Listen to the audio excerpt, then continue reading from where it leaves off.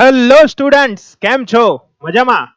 સ્વાગત છે તમારા બધાનું પીડબ્લ્યુ ના પાવરફુલ પ્લેટફોર્મ પર. હું છું એપી સર અને સ્વાગત કરું છું તમારું સુપર એનર્જેટિક એવા આપણા યશસ્વી બેચની અંદર.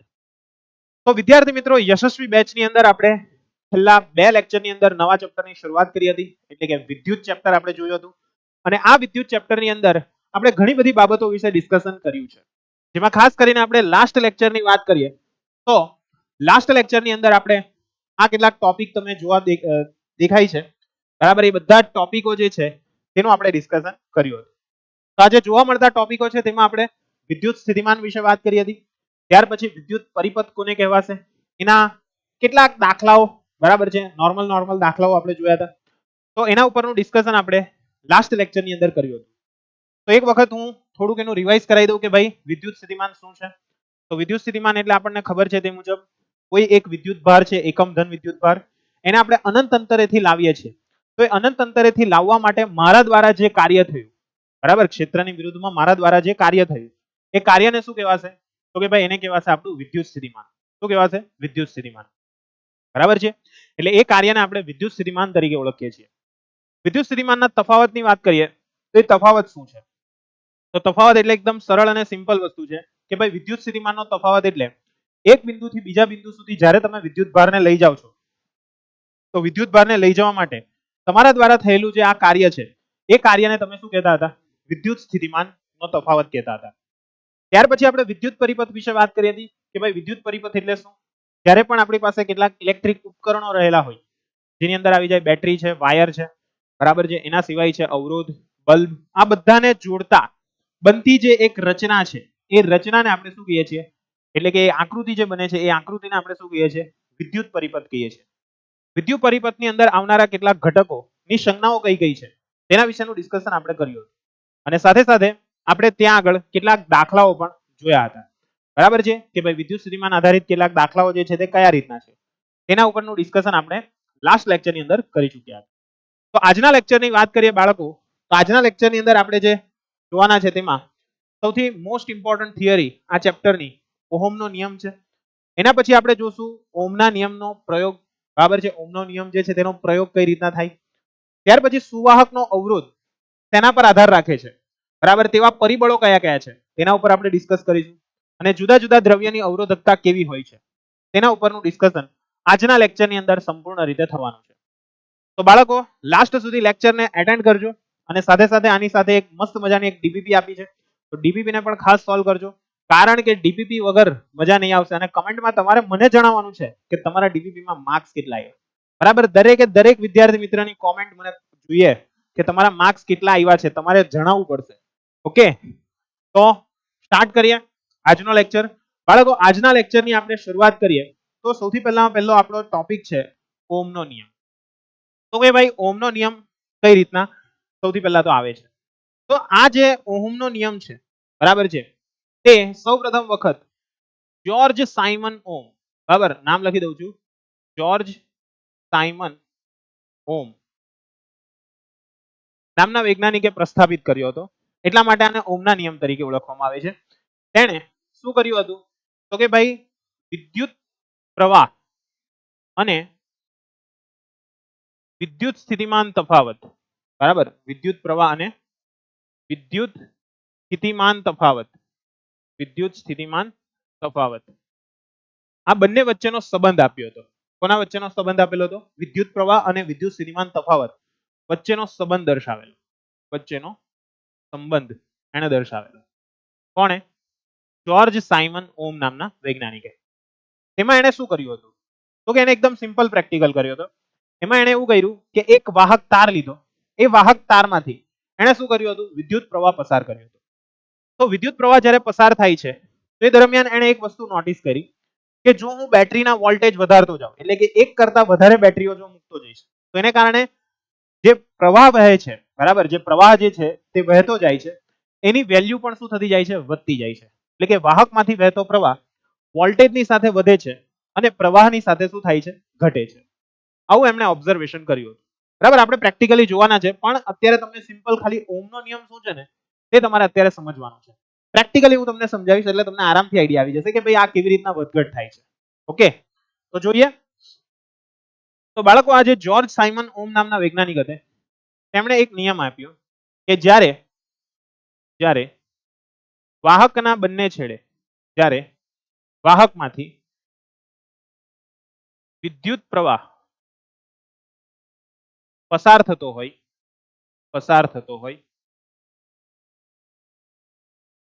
ત્યારે ત્યાં આગળ આપણને એક વસ્તુ જોવા મળશે કે આ જે વિદ્યુત પ્રવાહ જે પસાર થાય છે તેની વેલ્યુ કેટલી હશે. તો કે આ જે પસાર થતો પ્રવાહ છે તેની વેલ્યુ લાગુ પાડવામાં આવેલા વિદ્યુત સ્થિતિમાનના તફાવત પર આધાર રાખશે. બરાબર, એટલે આને આપણે એકદમ પરફેક્ટલી લખવાનો પ્રયત્ન કરીએ.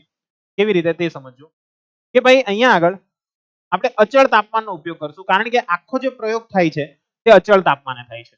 બરાબર, નિશ્ચિત ભૌતિક પરિસ્થિતિની અંદર થાય છે. એટલે અહીંયા આગળ લખી દઈએ કે અચળ તાપમાને કોઈ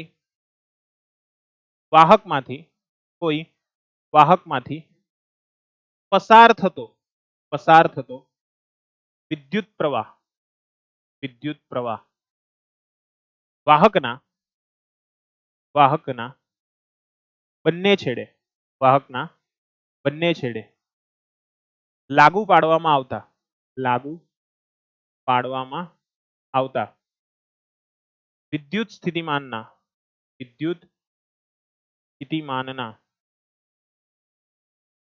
તફાવતના સમપ્રમાણમાં હોય છે. ક્લિયર? અહીંયા આગળ શું કહેવા માંગે છે તે ખાસ સમજો.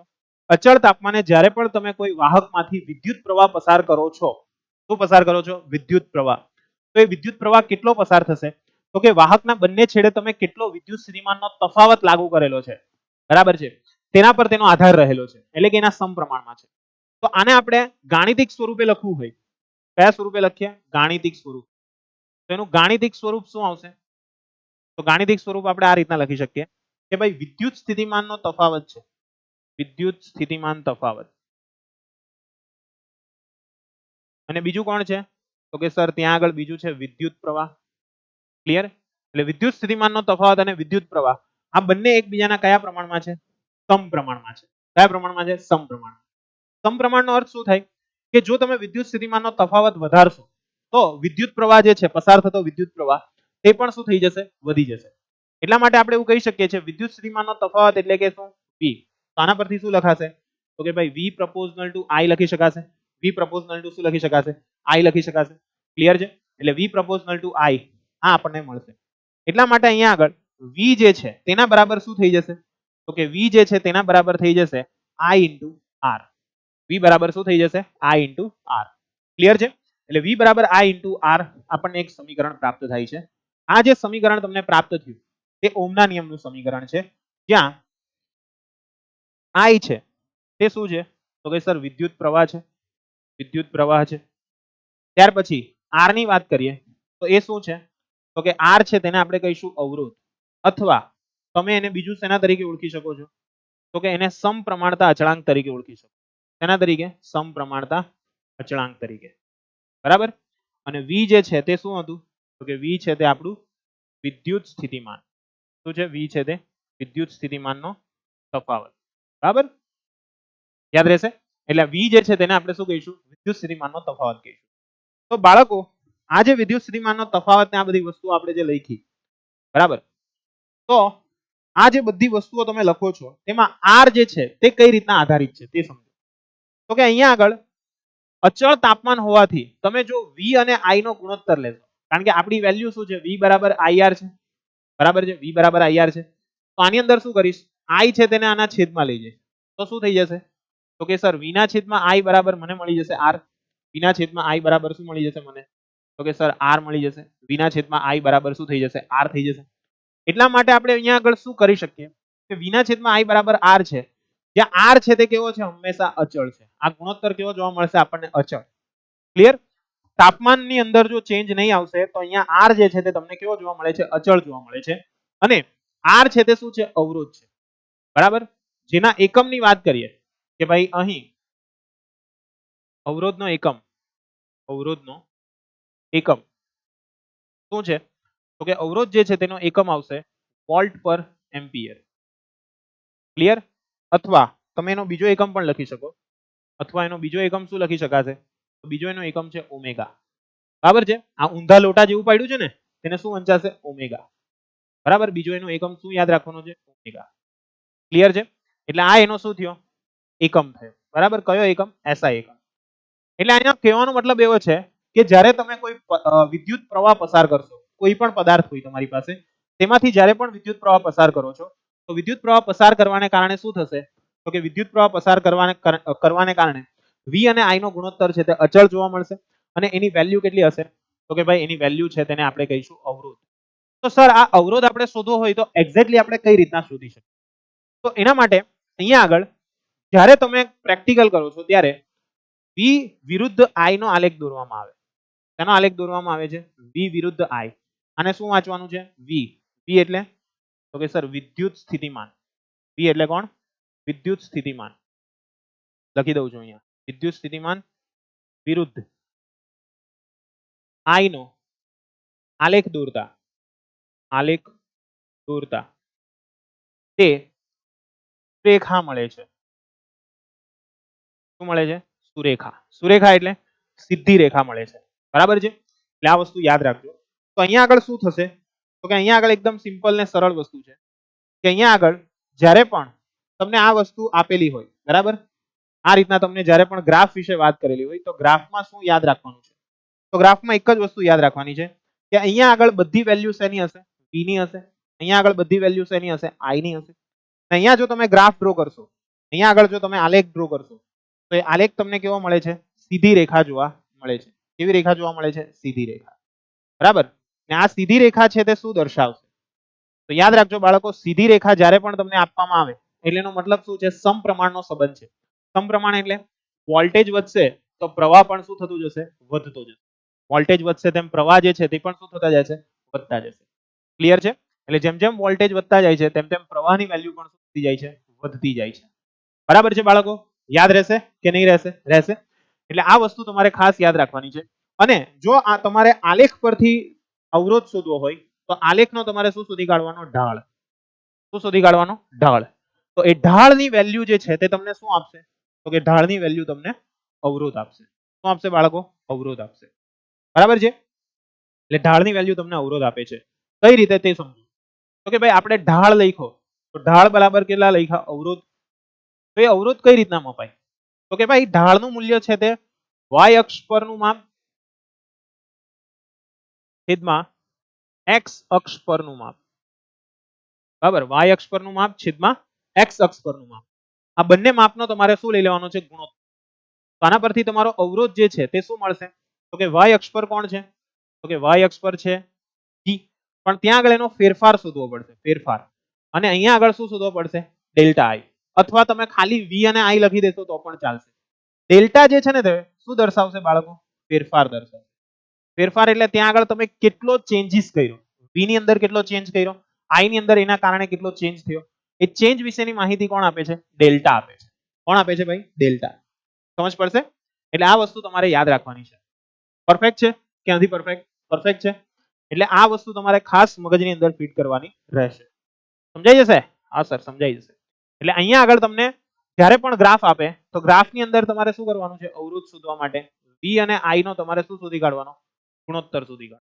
શું શોધી કાઢવાનો છે? V અને I નો ગુણોત્તર. તો V અને I નો ગુણોત્તર તમે શોધશો તો એ શેની વેલ્યુ આપશે? તો કે એ વેલ્યુ આપશે અવરોધની. શેની વેલ્યુ આપશે? અવરોધ. બરાબર છે? ચાલો નેક્સ્ટ આગળ વધીએ. એના પછી આમાં કઈ પણ તમને ડાઉટ હોય તો પ્લીઝ પૂછી લેજો. છે કઈ ડાઉટ? એની ક્વેરી? નથી ને? Okay sir. તો આ તમને મળી ગયો અવરોધ. બરાબર છે? તો આ ઓહમનો નિયમ શું છે તે આઈડિયા આવ્યો. હવે તમને વિચાર આવશે કે સર તમે લખાવ્યું કે અવરોધનો એકમ છે તે ઓહમ છે. બરાબર છે? ઓમેગા છે.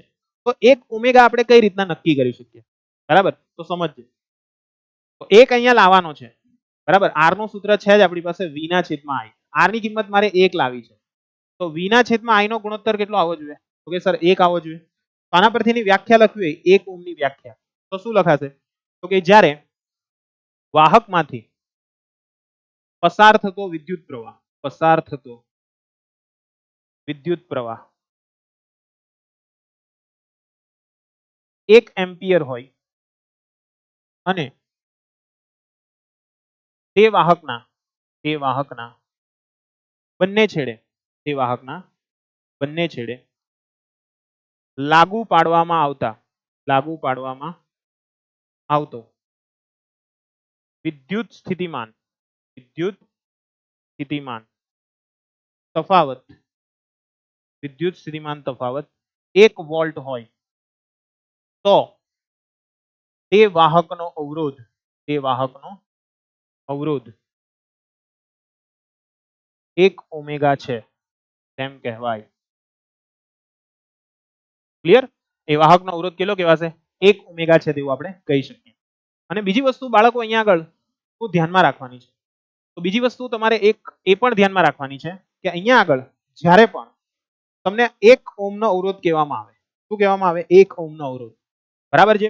તે દરમિયાન ઘણી વખત શું થાય છે, કેટલાક દ્રવ્યો એવા હોય છે કે જે ઓહમના નિયમનું પાલન કરતા હોય. એટલે કે તમે વોલ્ટેજ વધારશો તો એની અંદરથી પસાર થતો પ્રવાહ પણ વધશે. કેટલાક દ્રવ્યો એવા હોય છે કે જેની અંદર તમે પ્રવાહ ગમે તેટલો વોલ્ટેજ ગમે તેટલા આપો છતાં પણ પ્રવાહમાં કોઈ ચેન્જીસ જોવા નથી મળતો, બરાબર છે? તો એવા દ્રવ્યો કે જે ફક્ત ઓહમના નિયમને જ તે અનુસરે છે તે બધાને આપણે કયા કહીશું? તો કે ભાઈ એ બધા જે છે તે વાહક છે, બરાબર છે? તેને આપણે કહીશું ઓહમિક, બરાબર? તે બધાને કહીશું ઓહમિક રચનાઓ. ઓહમિક રચનાઓ કઈ છે? તો કે જે ઓહમના નિયમનું શું કરતા હોય? પાલન કરતા હોય. અને કેટલાક છે તે નોન ઓહમિક છે. નોન ઓહમિક એટલે એનો અર્થ શું થયો? કે તેઓ ઓહમના નિયમનું પાલન કરતા નથી. એટલે કે ત્યાં આગળ જે ગ્રાફ સુરેખા મળવો જોઈએ ને તે નથી મળતો, બરાબર છે? એટલે આ વસ્તુ ખાસ ધ્યાનમાં રાખજો. તો અહીંયા આગળ લખી દઈએ કે જે પદાર્થ અથવા જે વાહક, બરાબર, ઓહમના નિયમનું પાલન કરતા હોય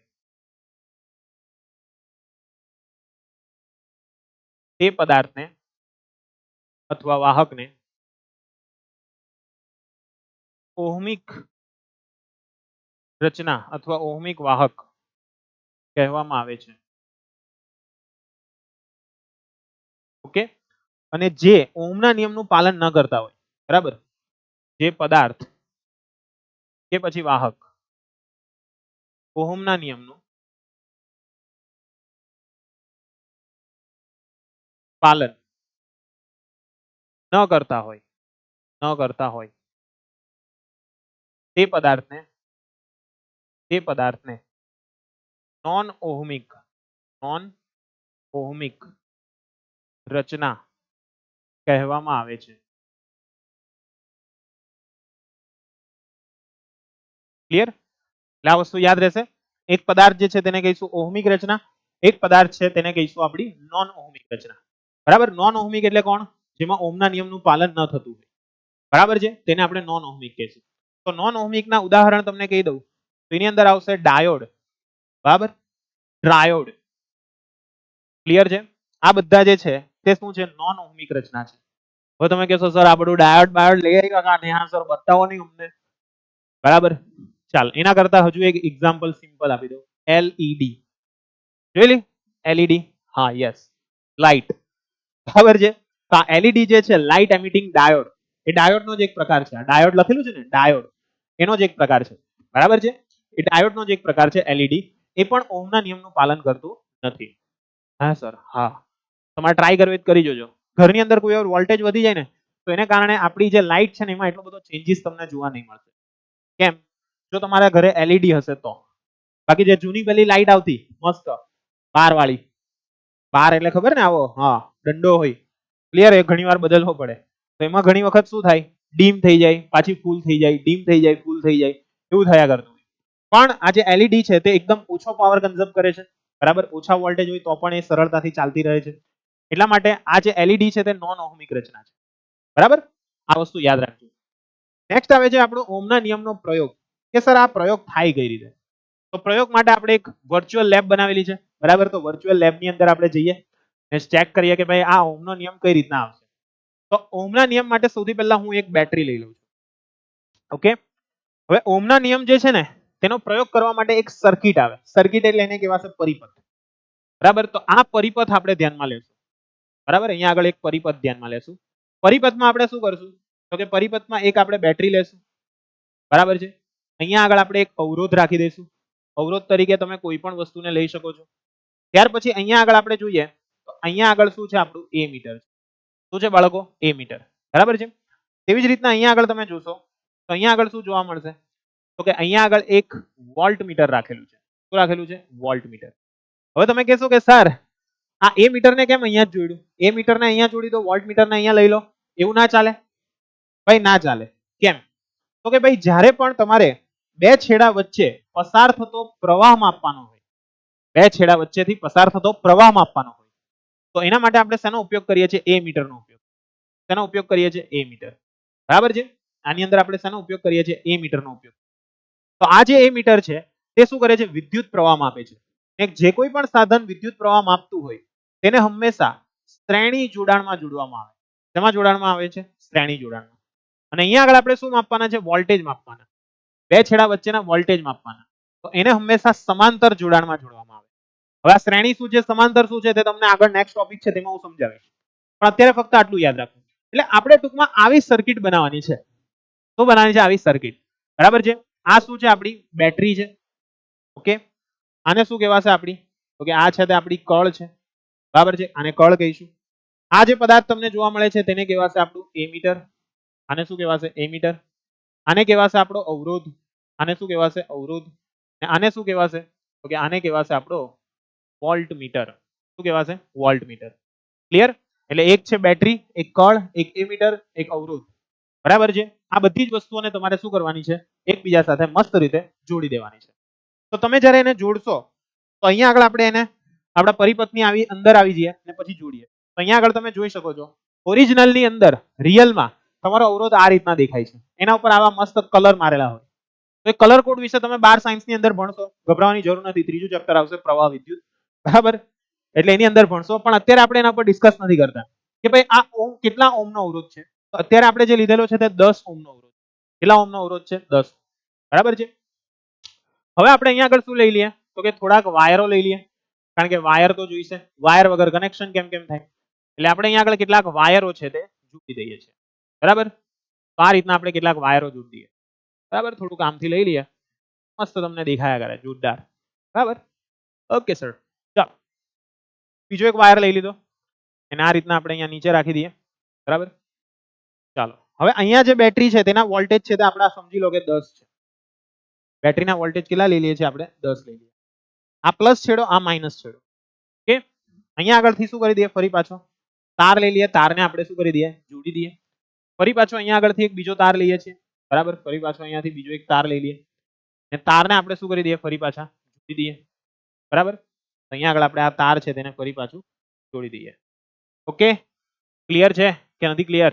ક્લિયર છે સર, એકદમ ક્લિયર છે. અને આના વચ્ચે એક મસ્ત મજાની કળ જોડી દઈએ. કળ, કળ બોલે તો સ્વિચ. ઓકે, તો આ રીતના આપણે એક સ્વિચ લઈ લઈએ જેને આપણે શું કરી દીધેલી છે? અહીંયા આગળ જોડી દીધી. સમજ પડી જશે કે નહીં? ક્લિયર? તો હવે જ્યારે તમે જોશો તો અહીંયા સ્વિચ જ્યારે મેં ઓપન રાખું છું ત્યારે અહીંયા વિદ્યુત પ્રવાહ પસાર થતો નથી. બરાબર છે? ત્યારે અહીંયા વિદ્યુત પ્રવાહ પસાર થતો નથી. પણ જેવી હું સ્વિચ બંધ કરીશ એટલે પ્રવાહ જુઓ ઓટોમેટિકલી એની અંદરથી શું થવા લાગે છે? પસાર થવા લાગે છે. હવે અહીંયા આગળ શું કરું છું? તો કે ભાઈ અહીંયા આગળ કરંટ માપવા માટે એ મીટર અહીંયા આગળ લઈ લો. તો આપણું એ મીટર અહીંયા આગળ જોડી દઈએ. બરાબર છે? તો એ જુઓ શું માપે છે? પ્રવાહ માપે છે. કેટલો છે? 1 એમ્પિયર છે. તેવી જ રીતના હું અહીંયા આગળ એક વોલ્ટ મીટર લઈ લઉં. કયું મીટર લઈ લઉં? Volt meter. જેને આપણે અહીંયા આગળ જોડી દઈએ. તો કહેશો સર વોલ્ટ મીટર તો તમે ઉપર જોડવું પડે ને. હા ભાઈ, લે ચાલ ઉપર જોડી દીધું. ઓકે, એક પ્લસ છેડો અને એક માઇનસ છેડો. આ રીતના આપણે એને જોડી દઈએ. તો દેખાઈ ગયું તમને વોલ્ટ મીટર? હા સર, દેખાઈ ગયું. તો તમે જોઈ શકો છો અહીંયા વોલ્ટેજ કેટલા આપેલા હતા? તો કે સર અહીંયા 10 વોલ્ટ આપેલા હતા. અહીંયા આગળ પણ કેટલા વોલ્ટ જોવા મળ્યા? 10 વોલ્ટ જોવા મળ્યા. હા સર. તો આના માટે તમારે એક કોષ્ટક બનાવી દેવાનું. શું બનાવી દેવાનું છે? કોષ્ટક. કોષ્ટક એટલે શું? તો કે આ રીતના જુઓ. આ રીતના મસ્ત એક કોષ્ટક બનાવી દીધી. એની અંદર આપણે શું કરીએ? તો કે જુદી જુદી વસ્તુઓ આપણે અહીંયા આગળ નોટ કરી લઈએ. કઈ કઈ વસ્તુઓ નોટ કરવાની છે? તો એક તો આપણે પ્રવાહ વિશે માહિતી લાવવાની છે. બીજું વોલ્ટેજ વિશે માહિતી લાવવાની છે. શેના વિશે માહિતી લાવવાની છે? પ્રવાહ વિશે. અને બીજા શેના વિશે? વોલ્ટેજ વિશે. તો અહીંયા આગળ આપણે એક પ્રવાહ લઈ લઈએ, એક શું લઈ લઈએ? વોલ્ટેજ લઈ લઈએ. બરાબર? એક છે તે પ્રવાહ, એક છે તે વોલ્ટેજ. બરાબર? આ બે વસ્તુ આપણે લઈ લઈએ અને એક ક્રમ લઈ લઈએ. ચાલો, ક્રમ. કેટલા પ્રેક્ટિકલ કરશો? બરાબર? ટોટલ પ્રેક્ટિકલની સંખ્યા. આટલી વસ્તુ આપણે અહીંયા આગળ શું કરી દઈએ? દર્શાવી દઈએ. ઓકે, ચાલો. તો આ રીતના આપણે એને દર્શાવી દઈએ. તો સૌથી પહેલા અહીંયા આગળ આવશે આપણો ક્રમ, ત્યાર પછી અહીંયા આગળ આવશે આપણા વોલ્ટેજ. વોલ્ટેજ એટલે શું? P. ત્યાર પછી નેક્સ્ટ આવશે આપણો પ્રવાહ. પ્રવાહ એને શેના વડે દર્શાવાશે? I. અહીંયા આગળ આપણે શોધી કાઢશું અવરોધ. અવરોધને શેના વડે દર્શાવાશે? R વડે. જેનું સૂત્ર શું છે? V ના છેદમાં I છે. સૂત્ર V ના છેદમાં I છે. ક્લિયર છે? હવે સમજજો અહીંયા આગળ ક્રમ નંબર 1, 2, 3, 4 ને 5 આપણે ટોટલ 5 રીડિંગ લઈએ. મેં તમને કીધેલું ને કે જ્યારે તમે વોલ્ટેજ વધારો છો તો પ્રવાહ શું થતો જશે? વધતો જશે. બરાબર? તો એ જ કન્ડિશન અહીંયા આગળ છે કે આપણે માની લઈએ કે સ્ટાર્ટિંગના આપણા વોલ્ટેજ છે 10, ત્યારે પસાર થતો પ્રવાહ કેટલો હતો? તો કે જુઓ, પસાર થતો પ્રવાહ આપણને 1 એમ્પિયર જોવા મળ્યો. કેટલો જોવા મળ્યો? 1 એમ્પિયર. બરાબર છે? એટલે આ 1 એમ્પિયર છે. આનો એકમ ખાસ લખજો, એમ્પિયર, ને આ છે વોલ્ટ. બીજું પ્રેક્ટિકલ કરું છું. બરાબર છે? એ દરમિયાન તમે અહીંયા આગળ અવરોધ શોધવાનો પ્રયત્ન કરશો તો અવરોધ કેટલો આવશે તમારો? R બરાબર તો કે 10 ભાગ્યા 1 એટલે કેટલા આવી જશે? 10 ઓમ આવી જશે. કેટલા આવી જશે? 10. ને તમે જોશો તો અહીંયા આગળ આપણે જે અવરોધ રાખેલો છે તેનો અવરોધ પણ કેટલો છે? 10 ઓમ છે. કેટલો છે? 10. ઓકે, ક્લિયર છે? હવે હું શું કરું છું તો કે માની લે કે અહીંયા આગળ આના વોલ્ટેજ વધારું છું. બરાબર? આના વોલ્ટેજ શું કરી દઈએ છીએ? વધારીએ છીએ. ચાલ, વધારીને મેં કરી દીધા 11. કેટલા કરી દીધા? વોલ્ટેજ વધારીને 11 કરી દીધા. ઓકે, જોતા રહેજો. અહીંયા આગળ આપણે એના વોલ્ટેજ કરી દઈએ છીએ 11. ઓકે સર, તો વોલ્ટેજ વધાર્યા તો પ્રવાહ પણ શું થયો? વધી ગયો. વોલ્ટેજ કેટલા છે? 11 છે. તો પ્રવાહ કેટલો થયો? 1.10 થઈ ગયો. એટલે ફરી પાછા અહીંયા આગળ આપણે જોઈએ તો વોલ્ટેજ મેં 11 વોલ્ટ કર્યા તો એને કારણે આપણને પ્રવાહ કેટલો જોવા મળ્યો? તો કે સર 1.10 એમ્પિયર. તો આને કારણે પણ અવરોધ તમે શોધશો તો અવરોધનો જવાબ કેટલો આવશે? 10 આવશે. કારણ કે 11 ના છેદમાં કેટલા છે? 1.10 છે. તો એની કિંમત, એનું તમે ભાગાકાર કરશો તો તમને વેલ્યુ કેટલી મળશે? 10 ઓમ મળશે. ફરી પાછા આપણે શું કરીએ તો કે ફરી પાછા સર વોલ્ટેજ વધારો. ચાલ તો પાછા વોલ્ટેજ વધારી દઈએ. માની લે કે અહીંયા આગળ આપણે 12 વોલ્ટ કરી દીધા તો પ્રવાહ કેટલો પસાર થયો? 1.20 પસાર થયો. બરાબર છે? એટલે અહીંયા આગળ તમે જોઈ શકો છો કે અહીંયા આગળ કન્ટિન્યુઅસ શું જોવા મળે છે આપણને? તો કે વોલ્ટેજમાં વધારો કર્યો તો પ્રવાહ જે છે તેની અંદર પણ શું જોવા મળ્યો? વધારો. એટલા માટે અવરોધ જે છે તે તમે જોશો તો દર વખતે કેવો જોવા મળે છે? અચળ જોવા મળે છે. જે મેં ઓલરેડી તમને આગળ કીધું હતું. કીધેલું કે તમે અહીંયા આગળ જોશો તો V અને I નો જે ગુણોત્તર છે એ ગુણોત્તર હંમેશા કેવો રહેશે? અચળ રહેશે. ભલે એમાં વધારો કે ઘટાડો થતો હોય છતાં પણ એનો ગુણોત્તર કેવો જોવા મળશે? અચળ જોવા મળશે. કેવો જોવા મળશે બાળકો? અચળ. તેવી જ રીતના તમે જોશો અહીંયા આગળ નેક્સ્ટ શું છે અહીંયા આગળ તો કે માની લો કે અહીંયા 13 લેવું તો અહીંયા આગળ કઈક પ્રવાહ મળશે 1.30 મળે છે. 15 લઈએ તો 15 લઈએ તો કેટલા મળશે? 1.50 એમ્પિયર મળશે. તો દરેક વખતે તમારો અવરોધ જે છે તે તમને કેટલો જોવા મળશે? 10. કેટલો જોવા મળશે? 10. એટલા માટે અહીંયા વેરીફાઈ થઈ ગયું કે આપણને ઓમે શું કીધેલું? અચળ તાપમાને જો કોઈ વાહકમાંથી વિદ્યુત પ્રવાહ પસાર કરવામાં આવે તો એ વિદ્યુત પ્રવાહ શેના પર આધાર રાખશે? તો કે એના બંને છેડે લાગુ પાડવામાં આવેલા વોલ્ટેજ પર આધાર રાખશે. શેના પર આધાર રાખશે? એના બંને છેડે લાગુ પાડવામાં આવેલા જે વોલ્ટેજ છે એ વોલ્ટેજ પર એનો મુખ્ય આધાર રહેલો હશે. જો વોલ્ટેજ વધારશો તો પ્રવાહ વધશે, વોલ્ટેજ ઘટાડશો તો પ્રવાહ ઘટશે. બરાબર છે? એટલે આ રીતના ચેન્જીસ આપણને જોવા મળે છે. તો આ થયો તમારો ઓહમના નિયમનો પ્રયોગ. આનો તમે જો ગ્રાફ ડ્રો કરશો, બરાબર છે, જો તમે આનો ગ્રાફ ડ્રો કરવાનો પ્રયત્ન કરશો તો આનો ગ્રાફ આપણને કેવો મળશે? તો કે આનો ગ્રાફ આપણે જો દોરીએ તો આ રીતનો ગ્રાફ આપણને જોવા મળશે. કઈ રીતનો? તો કે જો વોલ્ટેજ છે અહીંયા આગળ, તો વોલ્ટેજને ક્યાં દર્શાવવાના છે? અહીંયા આગળ. અહીંયા કોને દર્શાવવાનો છે? પ્રવાહને દર્શાવવાનો છે. તો અહીંયા આગળ આપણે શું કરીએ તો કે સ્ટાર્ટિંગ અત્યારે કેટલાથી કરીએ? 10, પછી અહીંયા છે 11, અહીંયા છે 12, અહીંયા છે 13, અહીંયા છે 14, હજુ થોડુંક ઉપર ખેંચી લઈએ તો આ કેટલા આવશે? 15. તેવી જ રીતના પ્રવાહની વાત કરીએ તો પ્રવાહ કેટલા કેટલા આવશે? તો કે પહેલામાં 1 એમ્પિયર છે, 1.1 છે, 1.2 છે, ત્યાર પછી કેટલા છે? 1.3 છે, 1.4 છે, ત્યાર પછી કેટલા છે? 1.5 છે. બરાબર છે? આ રીતનો પ્રવાહ આપણને શું થશે? પ્રાપ્ત થશે.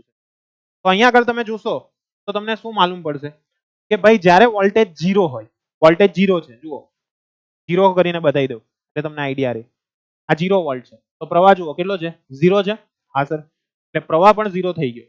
તો આનો અર્થ શું થયો કે આપણને પહેલું પોઈન્ટ અહીંયા આગળ મળશે. હવે આપણો પ્રવાહ છે તે 1 એમ્પિયર છે અને વોલ્ટેજ કેટલા છે? 10 છે. એટલે અહીંયા આગળ મળશે.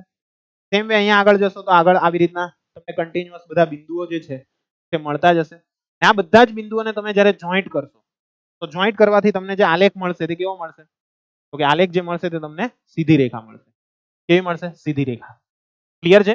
તો અહીંયા આગળ તમે જોઈ શકો છો કે ઓહમના નિયમનો જે આલેખ છે તે કેવો મળે છે? સીધી રેખા મળે છે. કેવી રેખા મળે છે? સીધી રેખા. બરાબર છે, આઈડિયા આવશે. અને જો તમે ગ્રાફ પરથી ઢાળ શોધવો હોય તો તમારે કોઈ પણ બે બિંદુઓ પસંદ કરવાના. માની લો કે આપણે આ બે બિંદુઓ પસંદ કર્યા, તો આના પરથી ઢાળ શોધવો હોય, ઢાળ, તો શું આવશે? તો કે વાય અક્ષ. તો જો વાય અક્ષ પરનું માપ કેટલું છે? તો કે અહીંયા આગળનું માપ છે તે 14 છે. બરાબર છે, જરાક આમ તેમ દોરાઈ ગયું છે એટલે સમજી લેજો જરાક. આ માપ છે તે 14 છે. તે દરમિયાન અહીંયા આગળથી પસાર થતો પ્રવાહ કેટલો છે? 1.4 છે. એટલે અહીંયા લખી દઈશું 14/1.4 ઓછા બીજા કેટલા છે અહીંયા આગળ? તો કે આ જે છે તે 12 પર છે, આ છે તે 1.2 પર છે. અહીંયા -12 માઇનસ કેટલા થશે? 1.2. તો કેટલા થશે? આ 2/0.2. એટલે અહીંયા પણ અવરોધ કેટલો આવશે? 10. ઓકે, આઈડિયા આવશે? તો આ રીતના તમે ઢાળ શોધી શકો છો. ઢાળ શોધવું હોય તો મેં તમને સૂત્ર લખાવ્યું હતું. ઢાળનું સૂત્ર શું હતું? R બરાબર ડેલ્ટા V ના છેદમાં ડેલ્ટા I. ડેલ્ટા V એટલે શું? તો કે ભાઈ વિદ્યુત સ્થિતિમાનનો ફેરફાર. બરાબર, ફેરફાર દર્શાવે છે. શેનો? વિદ્યુત સ્થિતિમાન. વિદ્યુત સ્થિતિમાન ફેરફાર અથવા વિદ્યુત સ્થિતિમાન તફાવત. ઓકે, અને છેદમાં પણ ફેરફાર જ છે, પણ શેનો ફેરફાર છે? તો કે વિદ્યુત પ્રવાહનો. શેનો છે? વિદ્યુત પ્રવાહ. ક્લિયર? તો આને આપણે શોર્ટમાં યાદ રાખવું હોય તો આવું પણ યાદ રાખી શકો, V2 - V1 છેદમાં I2 - I1. બરાબર, V2 - V1 છેદમાં I2 - I1. એના સ્વરૂપે તમે એને શું કરી શકો છો? દર્શાવી શકો છો. ખ્યાલ આવશે કે નહીં આવશે? આવશે. કંઈ પણ ડાઉટ છે, કંઈ પણ ક્વેરી છે તો પ્લીઝ જણાવજો. બરાબર, એકદમ સરળ અને સિમ્પલ વસ્તુ હતી. આ રીતના તમે ઓહમનો નિયમ જે છે તેનું પ્રેક્ટિકલ તમે કરી શકો છો. સાથે સાથે અહીંયા આગળ તમે બીજી એક વસ્તુ વિચારશો કે ભાઈ વાહક એટલે શું? બરાબર, તો વાહક એટલે એની વ્યાખ્યા એક યાદ રાખજો. વાહક એટલે શું? તો કે ભાઈ જેમાંથી વિદ્યુત પ્રવાહ સરળતાથી વહન પામી શકતો હોય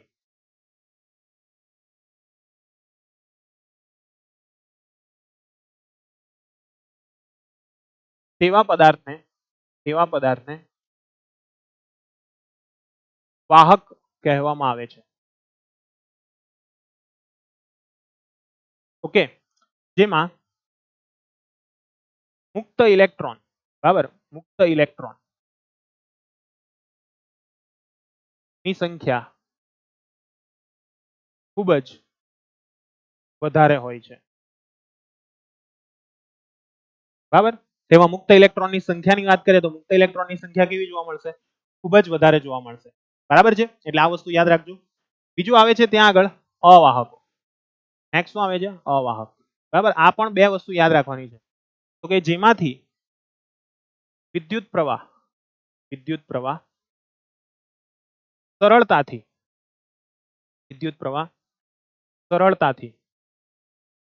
પસાર ન થઈ શકતો હોય અથવા વહન ન પામી શકતો હોય. એમ જ રાખો ને, વહન ન પામી શકતો હોય તેવા પદાર્થને અવાહક તરીકે ઓળખવામાં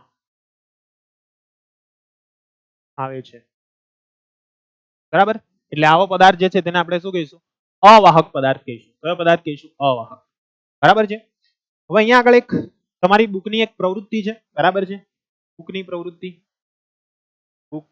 પ્રવૃત્તિ, તો એ પ્રવૃત્તિ હું અહીંયા આગળ તમને ડેમોન્સ્ટ્રેટ કરી દઉં, એકદમ સરળતાથી પ્રેક્ટિકલ દ્વારા બતાવી, કે જેથી તમે સરળતાથી સમજી શકો. માની લો કે અત્યારે આપણે આ બધા વસ્તુની જરૂર નથી, એટલે એને હું ફરી પાછા રિમૂવ કરી દઉં છું. બરાબર, અહીંયા આગળ ફરી પાછા મૂકી દીધા. હવે હું શું કરું છું?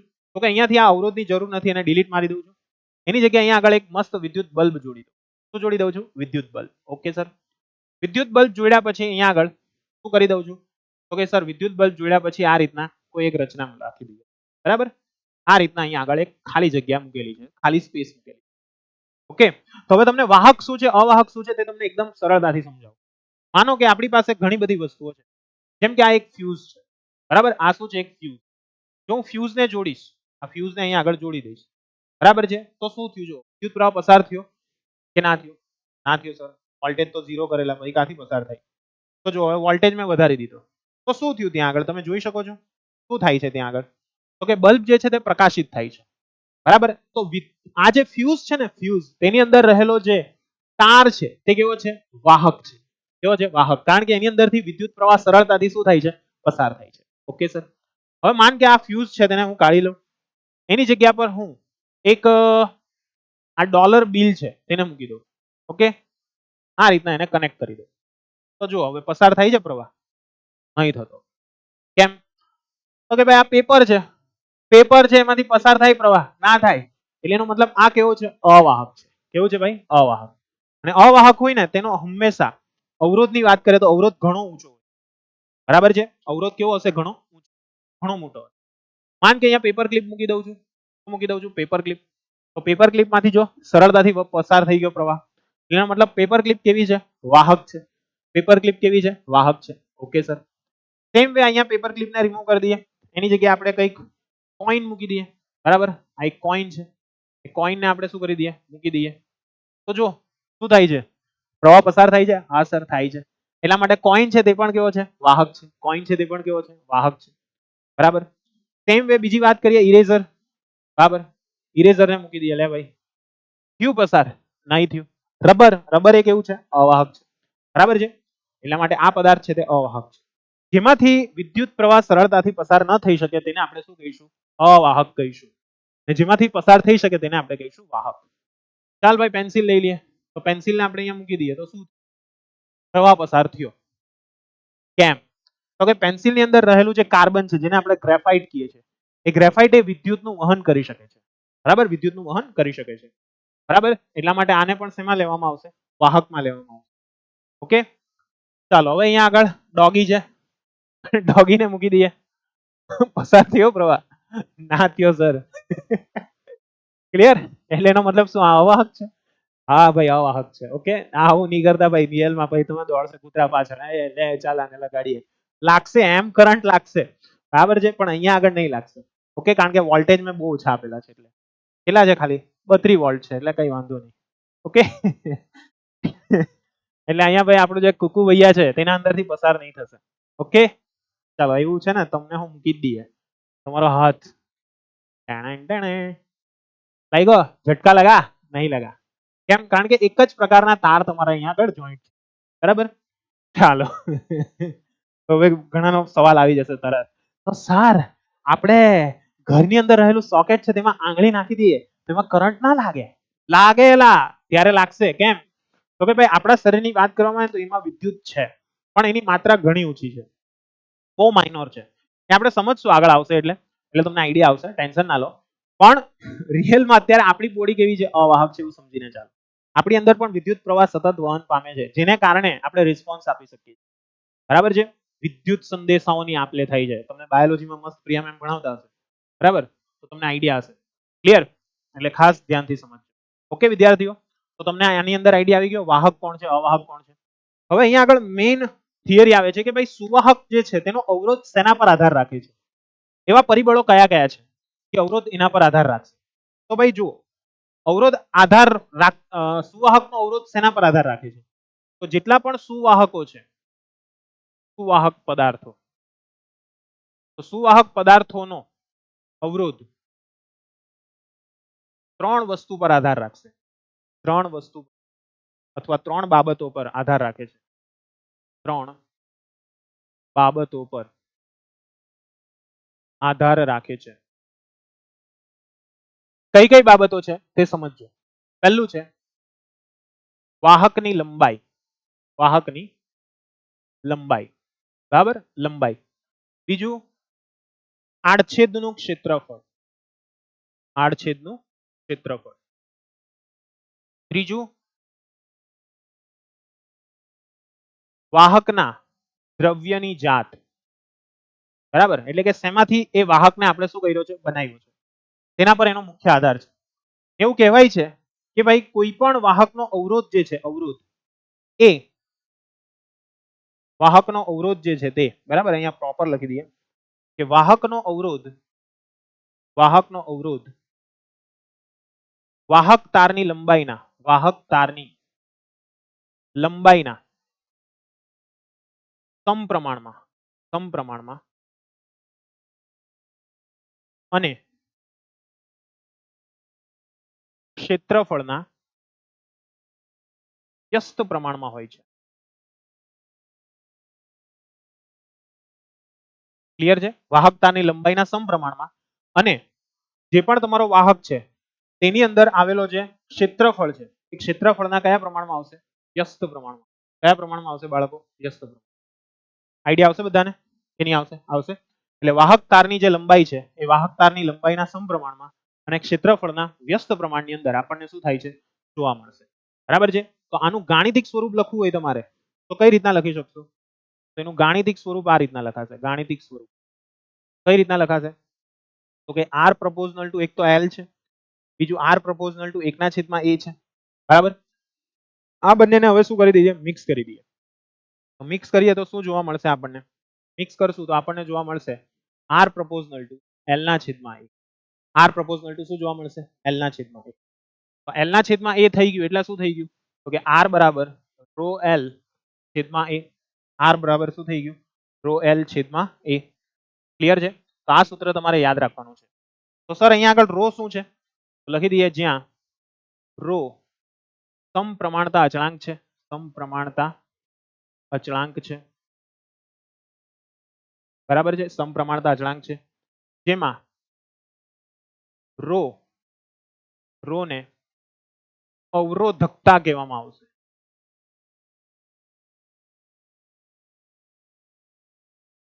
ક્લિયર? એટલે સુવાહક પદાર્થ છે તેની અવરોધકતા કહેવામાં આવશે. એટલે આ અવરોધકતા તરીકે આને ઓળખાશે. અને અવરોધકતાનું સૂત્ર શું બનશે? તો કે અહીંયા રો ને કરતા બનાવો તો r ઉપર જતો રહેશે. તો ra ના છેદમાં શું થઈ જશે? l. તો આ એક સૂત્ર યાદ રાખજો. અને અવરોધકતાનો SI એકમ, અવરોધકતાનો SI એકમ શું બનશે? અવરોધકતાનો SI એકમ તો કે અવરોધકતાનો SI એકમ તમારે બનાવવો હોય સિમ્પલ જોઈ લો. r નો એકમ છે તે ઓમ, ક્ષેત્રફળ એટલે મીટર સ્ક્વેર. બરાબર છે? અને લંબાઈ એસએમાં આવશે, મીટરમાં આવશે. આ બે કેન્સલ થઈ જાય એટલે શું થઈ જશે? ઓમ મીટર થઈ જશે. થઈ જશે ઓમ મીટર. ક્લિયર છે?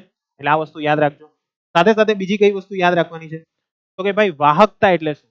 તો કે વાહકતા એ શું દર્શાવે છે? તો કે વાહકતા એ અવરોધકતાનો વ્યસ્ત છે.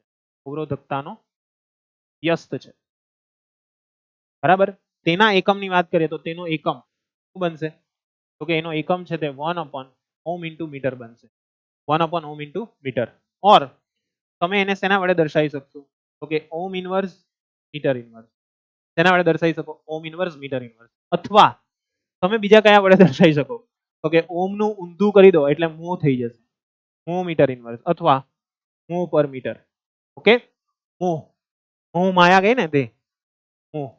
ઓકે? ક્લિયર છે? અને મો વંચાય. અડધો મ ને હો મો. બરાબર? એટલે એના વડે આપણે એને દર્શાવી શકીએ છીએ. આ વસ્તુ શું દર્શાવે છે? કે ભાઈ જો તમારું ક્ષેત્રફળ વધશે તો અવરોધ ઘટશે. જો તમારું લંબાઈ છે તે વધશે તો અવરોધ વધી જશે. બરાબર છે? એટલે આ વસ્તુ ખાસ ધ્યાનમાં રાખજો.